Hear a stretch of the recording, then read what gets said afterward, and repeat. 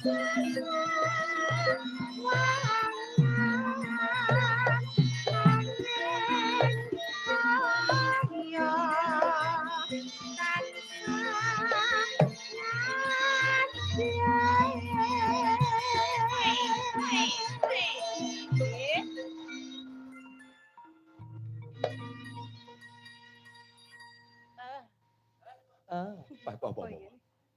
Iku aja kok marai tangi aja.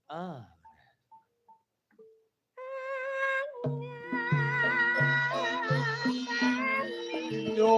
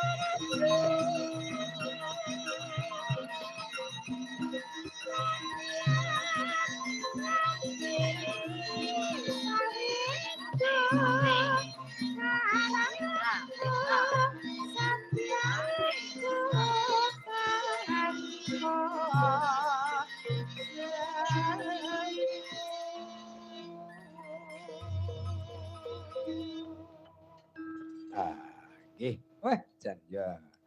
Sekedhik malih. Nah, niki wonten panyuwunan tetembangan podang kuning saking Pak Muji kagem dulur lanang Kang Mas Narto. Lah nggih, podang kuning. Niki mbok pilih Mas Dalang kapure bawa mboten ana apa, yo. Mengke kersane Mbak Yu sing terusne podang kuninge. Nah. Sinten? Mas Dalang, yo. Enggak. Tinggalnya kok mboten wonten lah. Mboten iki piye to? Mboten. Sing anu niku pengedang ini nggih.